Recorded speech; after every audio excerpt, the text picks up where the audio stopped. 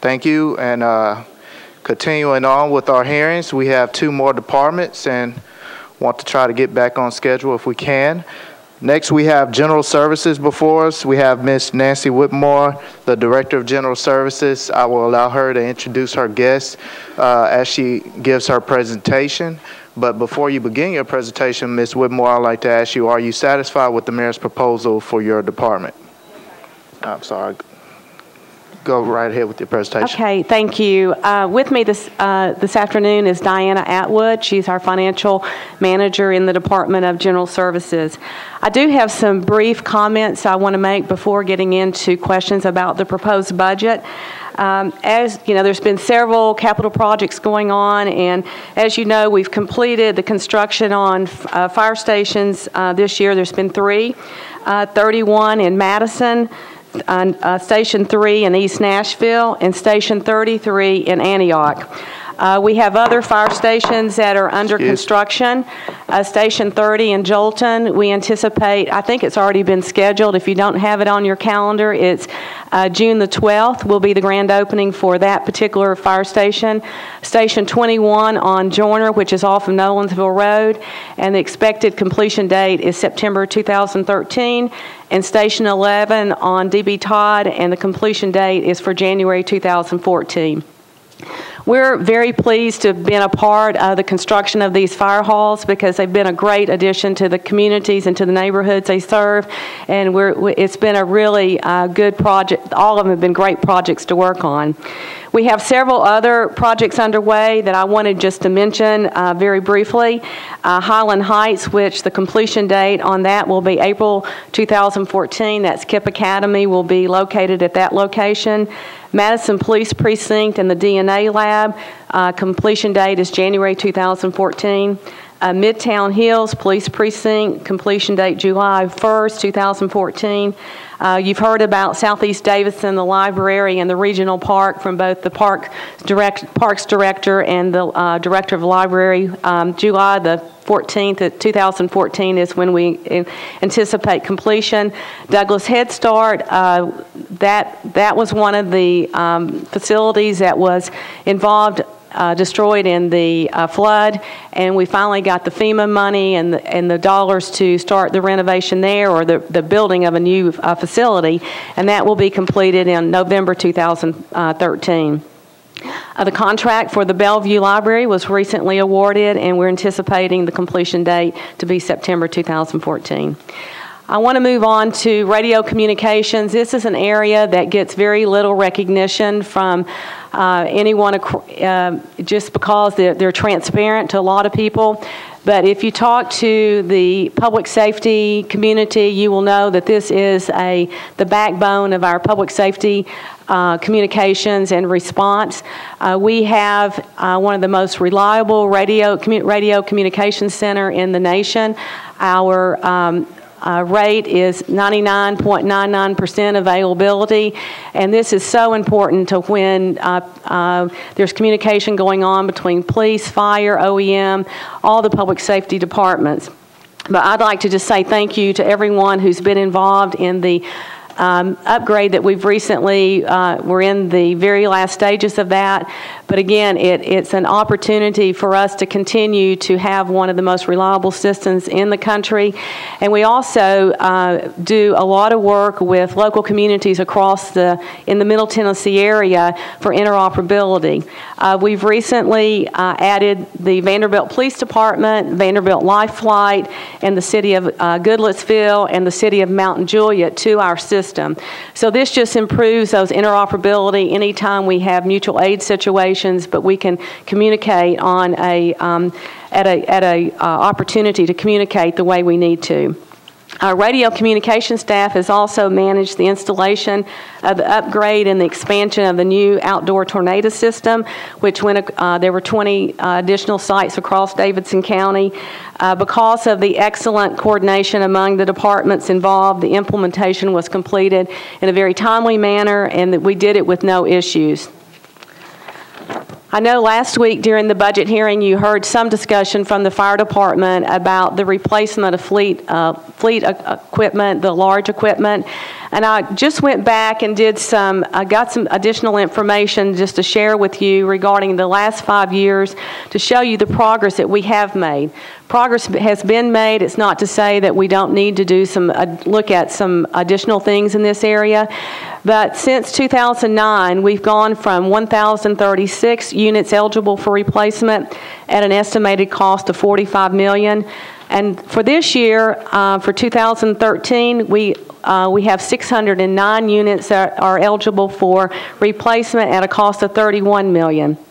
We all know that the cost to replace larger equipment is expensive, and the fire department may have mentioned this, but I thought it was worth mentioning again. A tiller fire truck, to purchase a new one is $925,000 for a new fire truck. For a ladder truck, it's around $700,000. For a pumper, $380,000. For an ambulance, $330,000, and for a side loader trash truck, it's $250,000. So large equipment is quite expensive, and even though most of these are the life cycles anywhere from 9 to 15 years, it still is a major expense when you look at the capital budget. We feel like that the fleet is in the best condition that it's been in since consolidation, and much progress has been made through the replacement program. We also think that the replacement criteria and funding should be looked at over the next year. We have a fleet advisory committee that is made up of department heads that are the larger departments that use the fleet, and so we'll be taking this issue to them and working with them on looking at the criteria and the funding and see if there's some things that we need to do differently. Our FY14 budget is pretty straightforward. It includes reductions from salary savings and below the line in the areas of radio communications, security, e-bid, postal, construction and design, and our business office. In the area of fleet, it's a $362,000 reduction in the fuel line item. That's being proposed because of reduction in demand. And so when you look at why is there a reduction in demand, there's some things that factor into that. We know that alternative fuel and more energy efficient vehicles have played a part in that and have reduced the demand. We also contributed to our mild winter too, because we didn't have all the snow and all the activities that go along and the demand on fuel. So we'll continue to look at our green initiatives and alternative fuels for the fleet, and hopefully to continue to, because this used to be an area that would come to you all for additional money. We have a reduction in building operations for $388,000, and that is because of vacant space. We are requesting improvements to adjust contract escalation clauses that like in our elevators, our security contracts, that's built into those contracts. There was an audit done by internal audit that made some recommendations on our fuel systems in the area of fleet, and we've asked for additional money on that. There's money for utilities and to bring on new facilities during the 2014 year, which we've talked about: the fire halls, the DNA lab, KIPP Academy, and Douglas Head Start. That's a very high-level summary of our budget, but I'll be happy to answer any questions. Thank you, Ms. Whitmore. Councilman Tiger. Thank you. Nancy, as you know, I've been intrigued by these internal service fees since their inception. Roseanne, if you're able with the chairs, I want to show you office space for the Agricultural Extension Service out at Metro Southeast, and which is cubicles and chain link fences. Well, is this office space treated like council office space or normal office space? Treated in terms of the internal service fees, cleaning and overhead and charging and whatnot? Is office space office space? Well, there's different, when you look at office space, there is different types of office space, but I'm assuming this would be at the level 1. And they do get the same kind of services as far as the cleaning, the security, pest control, that kind of thing. From when you look at that, it's very warehouse, and that's what it is. It's in the upper level of the Metro Southeast. Right, and I'm trying to figure out why a service that provides what they do is in a warehouse space as opposed to an office space. Are we out of office space? Are we, to me, working in a chain link fence in a warehouse with cubicles and noise factors, and that one picture that Roseanne just passed there was actually mouse droppings on an employee's desk that she found one morning. And we're talking about moving the election commission out there. Is this the type of space that the election commission would go to? No. Let me just go back to this particular agency. One of the things we know that they are out of the office a lot. We've also talked about, if it would be a good partner for them to be at the farmers market in some space there, just because of some of the things that they do and some of the activities that go on at the farmers market. But as far as election commission, no, this is not where they would be going. The election commission does have some space in this upper area at Metro Southeast where we do some storage there, and they have some training space. But the space that we're looking at for the election commission, if the proposal is approved, for the capital spending plan, when we were asked what vacant space we had, it is at Metro Southeast, and it's in the area where, we used to have some offices there, and then during the flood, we housed several agencies in that area. But it's where all the training rooms are. That would be, we think, an opportunity for them to do their training on site there. But it is nice office space. Okay, well, and I should say, Mr. Kilgore, I met with him today on other matters, and just told him that, after visiting and seeing this isn't office space to me. It's just like working outside in a warehouse somewhere. And so I'm just curious so how many different levels of office space? You said level 1 in terms of their fee. Are there multiple levels? There are multiple levels depending on the type of office it is. For example, if it's a 24-hour office space like in the police department, that would have 24-hour multiple use kinds of things, and it would be different than one where you're just there during the week 8 hours a day.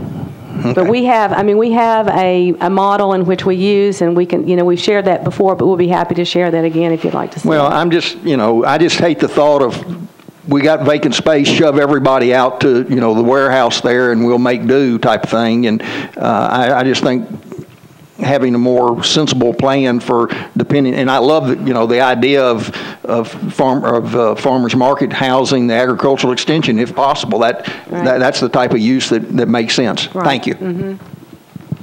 Thank you, Councilman Tiger. Council Lady Berry. Wow.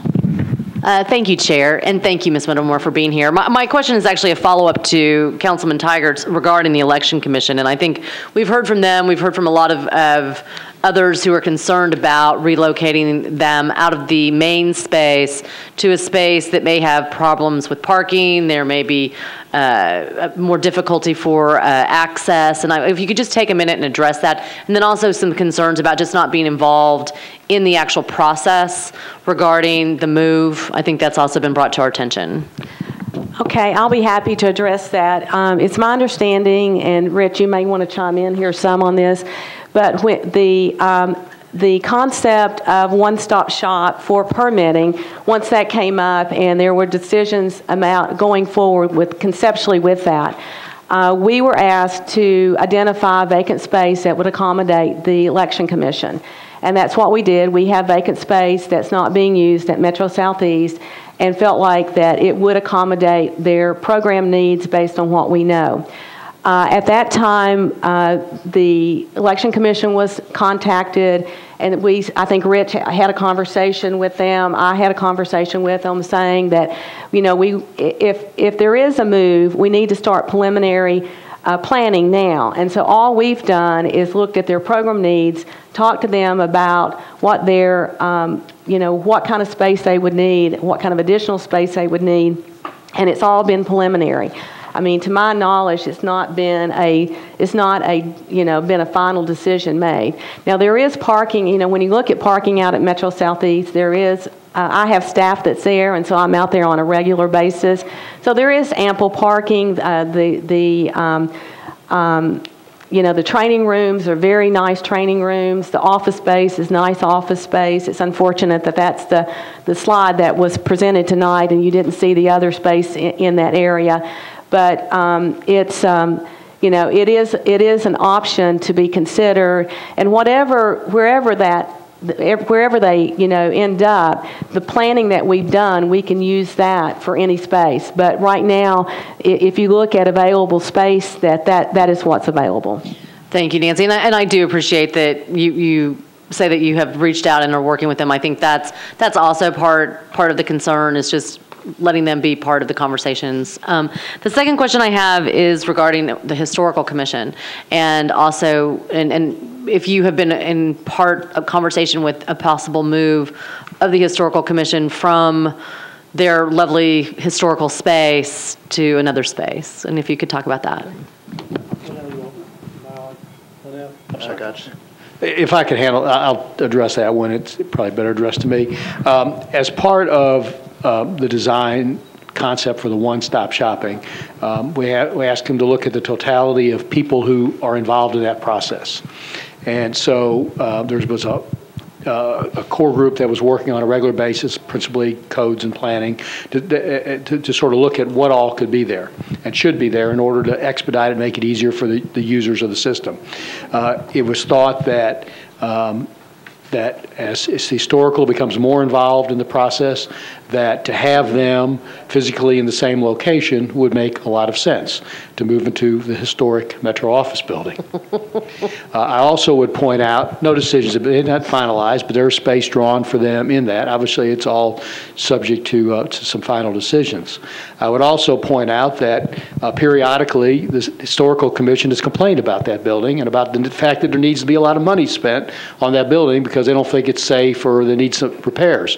I've asked the Parks Director, who controls the property, to take a look at what could be done with that building and costs associated with it. It's a great building. We want to fix it up like we did with Two Rivers in Councilman Claiborne's district, and so. The thought being is if we're going to do major renovations there, they're probably going to have to move out anyway. And so, those are sort of the thought process throughout this that we've been going through. Obviously, as you know, no one likes change. It's a given on that.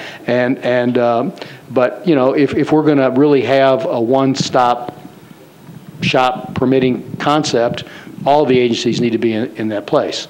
In that spot, and that and where you do that, well, there's really only one location to do that, and that's the Metro office building, because everybody's already there, and so that's what created the need to talk to the Election Commission and to start the process to think about, is there another location for them, and that's when the whole theory came about.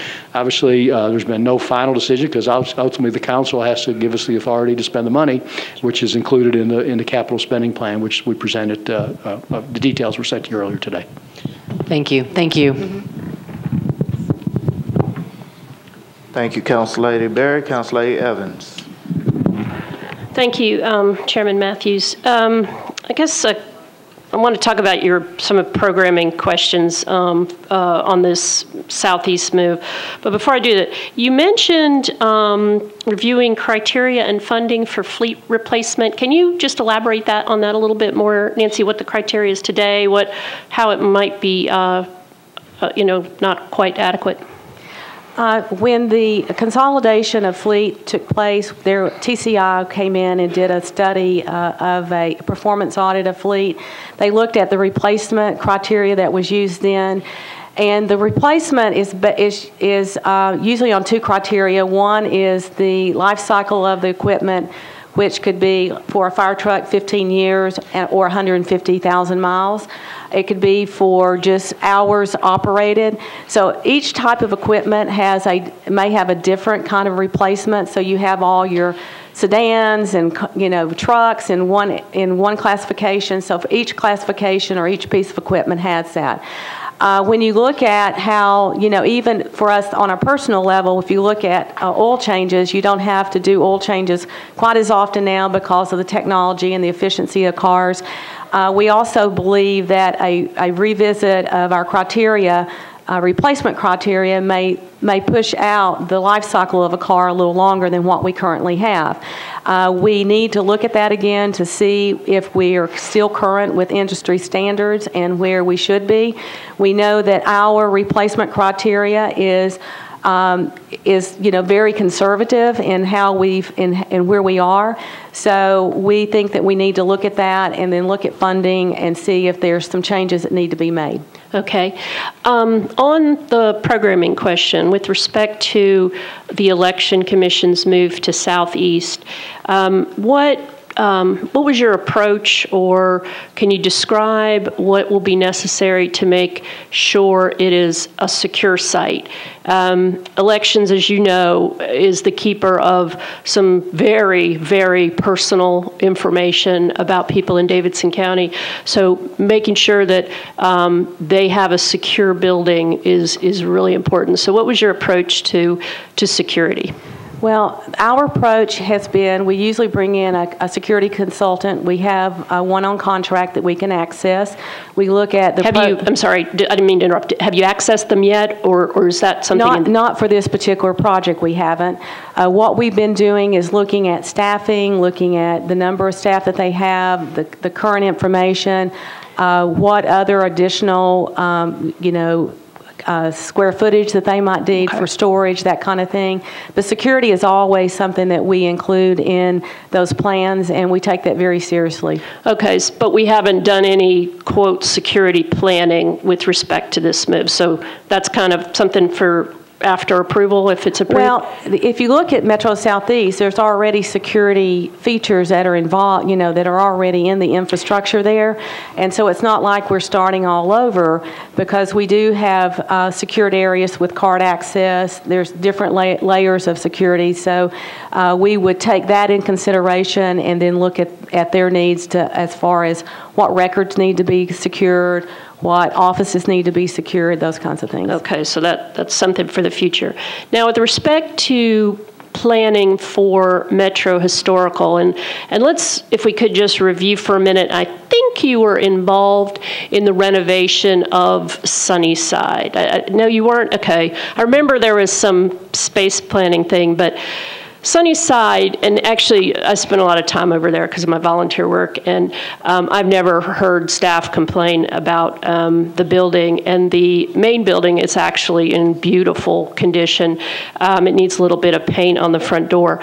It is a secondary building at the back, which is in the capital improvement plan, that absolutely needs some attention, and sooner rather than later, that poses a threat. So just to clarify, the building there's no concerns about that main building.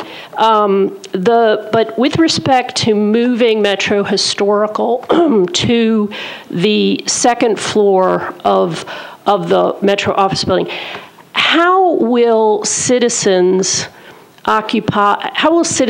who right now wander in off the street at Sunnyside to pick up brochures, learn about historic sites? Maybe they're from out of town and they see where Metro Historical is, so they stop in, they pick up brochures, they get information on walking tours, they get information on different things they should see. How will they access staff at the Metro office building? What will they do? How will that happen? Well, I can't say specifically how that will happen. That will be up to the Historical Commission if they're housed there. The plan is, in looking at the one-stop shop, that area become a very customer-friendly, inviting place for people to come into the building to not only do permitting, but there could be other people, you know, available, I think, to for a brochure area if you need that to happen. But that's really a program. That would not be a general services decision on how those people would get those brochures. We would work with the Historical Commission to understand their needs and try to design their space in which it would accommodate those kinds of program needs. Okay, because I'm just having, quite frankly, a little trouble envisioning it. You know, somebody new out of town, it's very natural to go to a historic site, and how they're going to navigate, because people who are interested in Metro Historical aren't looking for a permit. I mean, they're looking to know more about our city. So I'm curious how that. But what you're saying, that's to be determined, right? Yeah, and we, you know, on this campus, we do have a historical building there that we, you know, Lindsley Hall is one of those that we take much pride in because of the renovation that's been done and the historical nature of that particular building. So we think there's a lot of things that people coming to this campus, not only for one-stop permitting, that it's a sustainability hub. There's lots of, we're going to have QR tours on there. We'll be able to talk a lot about, you know, the solar panels that we have at Howard, and so there's a lot of other opportunities there for people who are visiting the Historical Commission to get involved with. All right, I still have trouble envisioning it, but the last question I have is, and I love to talk about this, as you know, and something I wish you'd share with council as often and as you can, which is your per square foot costs of operating our buildings and what you have done in the last few years. Would you just briefly describe that? Because when people think that the cost of government always has to go up, you sort of, you know, rebut that to some extent. And so if you don't mind just giving a quick synopsis. I'll be happy to do that. Our square foot rate for buildings this year is $4.68. And that provides an array of services to departments and the facilities. It includes everything from the maintenance, the janitorial, the utilities, pest control, security, all those things are incorporated into that.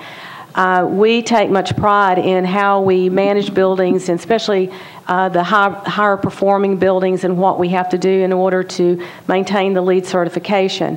But it's through how we manage our staff, how we manage contracts, that we've been able to make those kinds of improvements. The other thing that we've done is we've gone into facilities and we've done systems in which we can manage the facility, lighting systems, heating and cooling systems. When we may get a call from Roseanne saying it's hot in council, and we can go to a computer right then and we can make those adjustments. So we've put facilities in unoccupied states at night so that we can save dollars. So through our energy programs, our energy efforts, we have contracts with Internoct and TVA where during the summer months we exercise, and we may have lighting, certain things that we turn off, like we ask departments to turn off their printers, do some certain things, and that's how we save money. So through those savings, we've been able to incorporate that back into our programs and reduce our costs.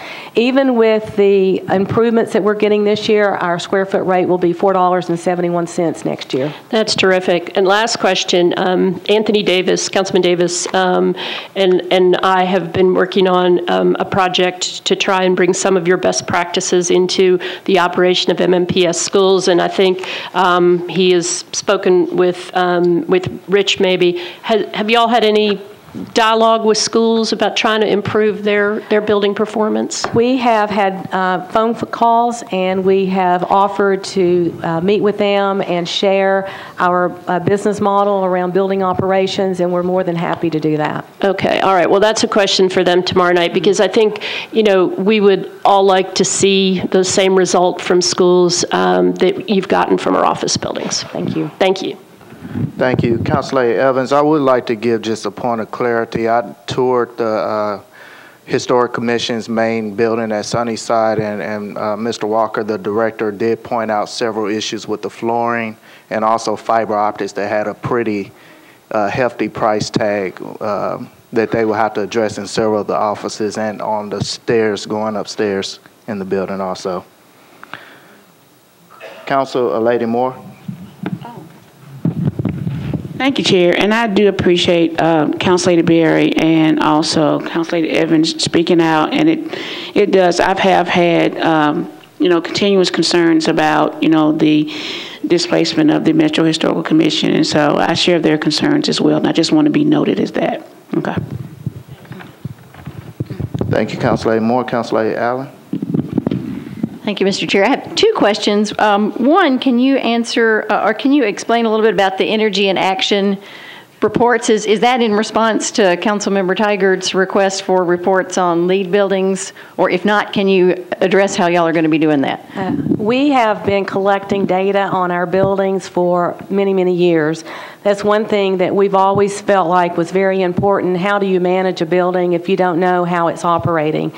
When we met with Councilman Prodmore's committee regarding that particular bill, we have the data that we can show you, what we're saving, how we're saving that, what works, what doesn't work.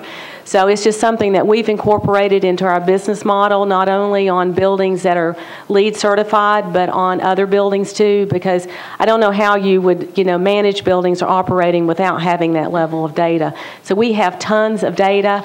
One of the things you're going to be seeing over the next few months is we do have an Energy and Action program where we'll be telling our story in general services because we think it's an important one to tell. It's around sustainability, also communicating with employees and why we do certain things, and with the community too. So you'll see more about that program. It's called Stock It, and so you'll see and hear more about that. Good. Thank you. And then also just to loop back one more time to the Historic Commission, do you have purview over what happens to the empty building in Sunnyside, or is that Parks? That's a Parks building. We do not manage that building. Okay, thank you. Thank you, Council Lady Allen. Councilman Claiborne. Thank you, Mr. Chair and Ms. Whittemore. I have two questions. One came up, comment you made about the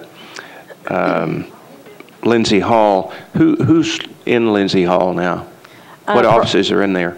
The Sports Authority's there, Purchasing is there, and General Services. Our ADA offices and our business office, and construction and design.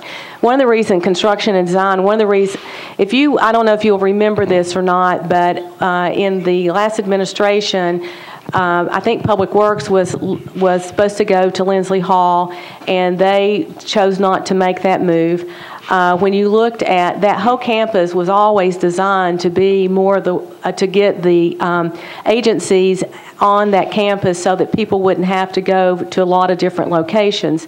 And we interact a lot with planning, with codes, so that was why we ended up in this particular location as the next department on the list that would be appropriate as far as that interaction with those other agencies.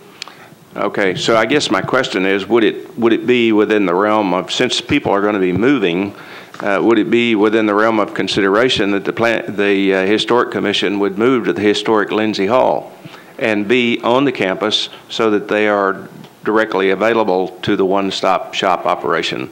Well, it's my understanding, and I have not been in the details. I'm just asking the question here. And that's for whoever really, needs to hear it, I'm just asking the question. Okay. Okay.